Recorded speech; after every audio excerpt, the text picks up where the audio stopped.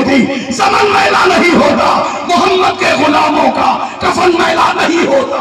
جواب نعرے تکبیر, نعرے رسالت, مسلک اعلیٰ حضرت شہنشاہ خطابت.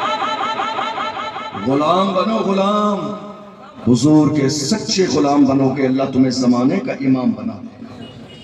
ہمارے یہاں کیا ہے, صرف زبانی نعرہ, حضور کا دامن نہیں چھوڑیں گے. اب آپ مجھ سے کہیں گے, میں عرض کر رہا تھا سونے اور جاگنے کے انداز کو بدل دو, حالات بہتر ہو جائیں گے. آپ کے ذہن میں ایک بات آئے گی کہ یہ بات ہمیں سمجھ میں نہیں آئی, سونے اور جاگنے کے انداز کو بدلنے حالات بہتر ہو جائیں گے. آپ کو معلوم ہے اس وقت حالات کیا ہیں؟ کئی بار ایسا ہوتا ہے اپنے لوگ کہتے ہیں حضرت اچھا ٹھیک ہے پاپا جا یہ سب باتیں کھل کر نہ کی جائیں, اچھا نہیں لگتا ہے, لیکن یاد رکھیے گا پھر جلسہ کس کام کے لیے کرایا جائے. جلسہ کرایا تو اسی لیے جاتا ہے کہ اصلاح کی جائے, اصلاح کی جائے.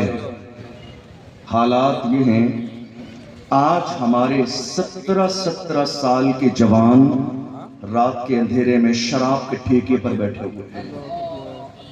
17 سال, 18 سال, 19 سال, 20 سال کہاں ہیں؟ شراب کے ٹھیکے پر. 20 سال کے جوان زنا کی دہلیز پر قدم رکھ چکے ہیں. ہمارے جوانوں میں ایک بڑا طبقہ ایسا بھی ہے جو انٹرنیٹ پر باضابطہ عیاشی کر رہا ہے. تھوڑے سے زمانے پہلے مہینے میں 1 GB ڈیٹا ملتا تھا, آفر کے نام پر اب اس ڈیٹا کو اور بڑھا دیا گیا ہماری جوانی کو برباد کرنے کے لیے. کسی بھی دور میں ہمارے جوان ایسے نہیں تھے. ہمارے جوانوں کے سامنے ہر زمانے میں شراب و شباب پیش کیا گیا, مگر جوانوں نے ہر زمانے میں شراب و شباب کو ٹھوکر مار کے کہا اپنا سب کچھ گنبد خضرا کل بھی تھا اور آج بھی ہے, میرے نبی سے میرا رشتہ کل بھی تھا اور آج بھی ہے. بتلا دو گستاخ نبی کو غیرت مومن زندہ ہے, ان پہ مر مٹنے کا جذبہ کل بھی تھا اور آج بھی. یہ فکر کسی اور کی نہیں, ہمیں فخر ہے یہ فکر امام احمد رضا کے غلاموں کی. آج 17 سال کے جوان ہمارے کہاں معلوم ہے؟ شراب کے ٹھیکے پر. پچھلے سال ذرا دل کے کانوں سے سنیے گا, کہانی نہیں ہے یہ, قصہ نہیں ہے یہ. دسمبر کی آج 11 تاریخ ہے. اسی مہینے کے آخر میں 31 دسمبر جس کو ہمارے جوان 31 کہہ کر ہیپی نیو ایئر کے نام سے مناتے. غور کیجیے آپ کہاں کھڑے ہوئے ہیں.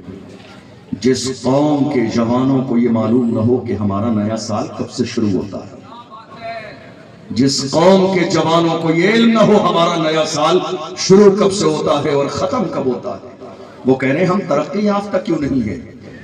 اسی دسمبر کی آخری رات میں پچھلے سال ایک مسلم علاقے میں, توجہ ہے آپ, مسلم علاقے میں 29 تاریخ کو اس علاقے میں جو شراب کا ٹھیکہ تھا وہاں شراب کے ٹھیکے پر شراب ختم ہو گئی.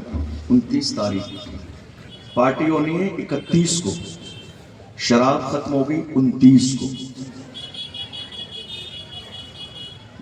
جوانوں نے خرید کے رکھ لی, اسٹاک کر لیا کہ نیو ایئر کی رات آئے گی, بہت مارا ماری ہو جائے گی, ملے گی نہیں.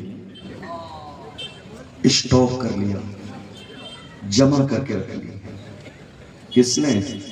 جو کہتے ہیں حضور کا دامن نہیں چھوڑیں, رسول کا دامن نہیں چھوڑیں, غوث کا دامن نہیں چھوڑیں. ہمارے بہت سارے لوگ پیچھے بیٹھ کے مسکرا رہے ہیں. یہ مسکرانے والی نہیں, رونے والی بات. یہ ہنسنے والی بات نہیں, رونے والی بات ہے. ماتم کیجیے اپنی قسمت پر. کیا تمہاری پیدائش اسی کام کے لیے تھی؟ کیا تمہیں جوانی اسی کام کے لیے دی گئی کہ شراب و شباب کے نشے میں دھت ہو جانا؟ کیا ہمیں جوان اسی لیے کیا گیا کہ ہم زنا کی دہلیز پہ جا کے شراب پی کے قدم رکھ دیں؟ یاد رکھنا, شراب و شباب کے نشے میں جب تمہارے قدم ڈگمگا رہے ہیں, میں اپنے جوانوں سے کہتا ہوں, اے جوانی پہ اترانے والوں, یاد رکھو آخر موت ہے. موت کا فرشتہ جس دن تمہارے دروازے پر دستک دے گا, یہ تمہاری جوانی تمہارے کام نہیں آئے گی. بڑے بڑے سورما رستم جیسے پہلوان بھی اس دنیا میں آئے, مگر موت کا فرشتہ جب دروازے پر دستک لے کر آیا, نہ جوانی کام آئی, نہ دولت کام آیا, نہ مال کام آیا. اس لیے جوانی کے نشے میں اتنا دھت نہ ہو جائیے کہ ایمان بھی خراب ہو جائے اور عقیدہ بھی خراب ہو جائے. آپ کو معلوم ہے ہوا کیا؟ ہم لوگ کبھی ایسا ہوتا ہے 400-500 کلومیٹر کا سفر ہوتا ہے حضرت پروگرام کا, تو سوچتے ہیں کار سے چلے جائیں. 400-500 کلومیٹر راتوں میں سفر کرتے ہیں کار سے. جوانوں دل پہ لکھ کے لے جانا یہ بات.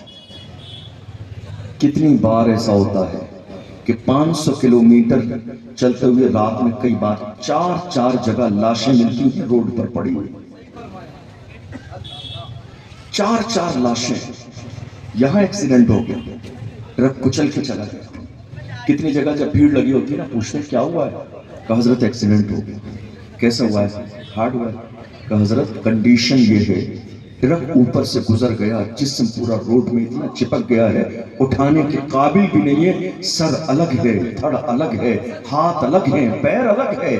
گھر والے مسئلہ پوچھ رہے ہیں, مفتی صاحب غسل دیں تو کیسے دیں, جسم کا قیمہ بن گیا ہے, کفن دیں تو کیسے دیں, دفن کریں تو کس انداز میں کریں, آپ بتائیں. اس وقت جا کے جسم کے رونگٹے کھڑے ہو جاتے ہیں. 2-3 دن صحیح معنی میں دل نہیں کرتا ہے کھانا کھانے کا. یہ منظر اپنی نگاہوں سے دیکھنے کے بعد جانتے ہو اکثر ہمیں ایسی لاشیں ملتی ہیں اپنے غیر ذمہ دار جوانوں کی, جو شراب و شباب کے نشے میں گاڑی روڈوں پر لہرا لہرا کے چلتے ہیں. جوانی کے نشے میں کان میں ایئر فون لگائے ہوئے ہیں, شراب پی لی ہے, کان میں ایئر فون لگائے ہیں, جا رہے ہیں. اس بات کا انداز نہیں ہے کہ تم تنہا ہو اپنے لیے, لیکن بوڑھی ماں کے لیے تم ایک مستقل دنیا ہو, بوڑھے باپ کے لیے تم ایک دنیا ہو. کسی غریب کی بیٹی سے تم نے نکاح کیا ہے, تم اس کے لیے ایک دنیا ہو. ایک چھوٹا سا بیٹا تمہارے پاس ہے, تم اس کے لیے ایک دنیا ہو. تمہاری جوانی شراب و شباب کے لیے تو نہیں تھی. اللہ اکبر. یہ حال آج ہمارے جوانوں کا ہو گیا. کتنی بار ہمارے علماء اکرام جمعے کے اندر جب خطاب کرتے ہیں شراب کے خلاف, شراب پینے والا یا تو جمعہ کی نماز پڑھنے نہیں آیا, اور آیا تو وہ پیچھے بیٹھ کے لاسٹ میں 2 رکعت نماز پڑھ کے نکل گیا. کسی عالم نے مسجد میں شراب کے خلاف تقریر کی. ہوتا کیا ہے, محلے کے لوگ اس کو رات کو احساس دلاتے ہیں, اس کو پکڑ کے, اس کو نہیں پتا کیا جمعے میں کس نے کیا بیان کیا, اس کو احساس دلاتے ہیں. معلوم ہے آج حضرت نے پوری تقریر تیرے خلاف کی. یہ حال ہو گیا. آج حضرت نے پوری تقریر تیرے خلاف کی ہے. سٹے کے خلاف کوئی عالم بولتے تو سٹے والے کو لوگ گھر جا جا کے کہتے ہیں آج حضرت نے پوری تقریر تیرے خلاف کی ہے. جوئے کے خلاف کوئی عالم بول دے تو لوگ جا کے کہتے ہیں حضرت نے پوری تقریر تیرے خلاف کی ہے. اگر بے پردگی کے حساب سے کوئی بول دے تو جس کا گھر بے پردگی میں مشہور ہو کہتے ہیں تیری بہن بیٹیوں کے خلاف حضرت نے تقریر کی ہے. اس کے بعد کوشش کی جاتی ہے کمیٹی سے کہا جاتا ہے یہ امام اب یہاں رہے گا نہیں, امام کو بدل دو. کمیٹی بھی ایک آدمی کے لیے 20 سالہ دینی خدمات ہیں اس امام کی, لیکن ایک آدمی کے کہنے پر 20 سال خدمات کے بعد بھی اس امام کو راتوں رات روانہ کر دیا جاتا ہے. میں کہتا ہوں اگر یہ صورتحال ہے تو تمہارا ضمیر مردہ ہو چکا ہے, تمہارا دل مردہ ہو چکا ہے. تم نے کہا امام کو بدل دو. بدلنا تو اس بندے کو اپنی عادت کو چاہیے تھا جو شراب پیتا تھا, جو جوا کھیلتا تھا, جو زنا کرتا تھا, جو بدکاری کرتا تھا, جو عیاری کرتا تھا. بدلنا تو اس کو چاہیے تھا. بدلا کس کو؟ امام کو. تم نے کیا سوچا دوسرا نیا امام لاؤ گے, وہ شراب کے حلال ہونے کی تقریر کرے گا, جوئے کے حلال ہونے کی تقریر کرے گا. یاد رکھو یہ جو موجودہ دور میں علماء پر جو ظلم کا ماحول بنا ہوا ہے, یاد رکھنا دنیا میں کسی عالم کے ساتھ ظلم کرو گے تو ہمارے بزرگوں نے تو یہاں تک کہا کہ اگر واقعی کوئی عالم پر صحیح معنی میں ظلم کرتا ہے تو خوف ہے کہ کہیں ایسا نہ ہو مرتے وقت اسے کلمہ پڑھنا نصیب نہ. غور کیجئے, آپ حضرت سے کہہ رہے ہیں کیا بولا آپ نے جمعے میں, آپ اس جملے کا مطلب سمجھتے ہیں؟ آپ مجھے ٹوک رہے ہیں کیا بولا آپ نے تقریر میں, آپ مجھے ٹوک رہے ہیں. آپ کا یہ اعتراض میری ذات پہ نہیں, یہ رسول اللہ کے فرمان پر ہے. اس لیے کہ جو میں بول رہا ہوں اپنے گھر سے نہیں, رسول اللہ کا فرمان سنا رہا ہوں. ایک عالم منبر پہ کھڑے ہو کے رسول اللہ کا فرمان سنا. آپ انگلی اٹھا رہے ہیں تو یہ جو انگلی ہے آپ کی اس عالم پر نہیں اٹھ رہی ہے، رسول اللہ کے فرمان پر اٹھ رہی ہے۔ اللہ اکبر۔ اس لیے کوشش کیجئے، ہم نے یہ دیکھا ہمارے بہت سارے علماء اکرام کی امامت چھوٹ گئی، آپ کو ذہن حاضر ہوگا تو سمجھ میں آئے گا۔ کورونا کے زمانے میں جب ماحول اس طرح کا ہوا، 5 لوگوں کی پرمیشن ملی، اس زمانے میں ہماری قوم بیدار ہوئی نماز پڑھنے کے لیے۔ 20 آدمی مسجد کے دروازے پہ آ کے دروازہ توڑنے کی کوشش کرتے تھے، اور مسجد کا امام کہتا تھا نہیں پابندی ہے ورنہ مجھے جواب دینا پڑے گا، تو کتنے لوگ دروازے سے مسجد کے امام کو گالی دیتے تھے، تیرے باپ کی مسجد ہے جو مسجد کے اندر آنے نہیں دے گا۔ اللہ اکبر۔ غور کرو، جنہوں نے سال میں کبھی ایک دن سجدہ نہ کیا، وہ کورونا کے زمانے میں جب پابندی ہے تو سجدے کے لیے تم نے کبھی غور کیا؟ یہ 2-3 سال کورونا کا زمانہ کیا تھا جس میں مسجد کے دروازے بند کیے گئے؟ تم نے ذہن لڑایا ہی نہیں، ورنہ تمہیں اندازہ ہوتا دراصل کورونا کا ماحول تمہارے گناہوں کی سزا تھی، اس لیے مسجد کے دروازے تمہارے لیے بند کر دیے گئے تھے۔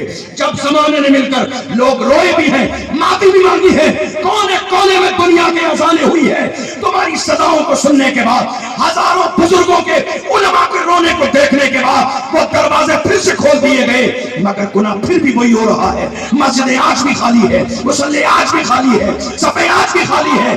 کہیں ایسا نہ ہو تمہارے اس گناہ کو دوہرا دیا، تمہاری سزا کو دوہرا دیا جائے اور پھر ہماری زندگی میں وہی دور آ جائے۔